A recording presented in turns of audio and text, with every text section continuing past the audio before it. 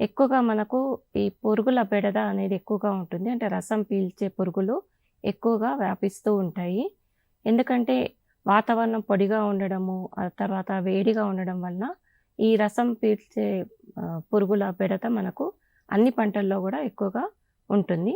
అలాగే రెండో విషయానికొస్తే కొంచెం నీటి ఎద్దడికి ఒకవేళ పంటలు గురైనట్టయితే మనకు దిగుబడి పైన ఎక్కువగా ప్రభావం అనేది కనిపిస్తుంది.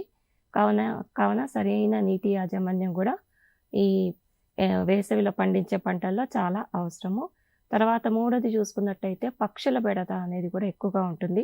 పక్షులకు ఈ వేసవి కాలంలో ఆహారం అనేది దొరకక ఎక్కువగా వ్యవసాయ భూముల చుట్టూ తిరుగుతూ ఆ వ్యవసాయ పంటల పైన అవి ఆశిస్తూ ఉంటాయి.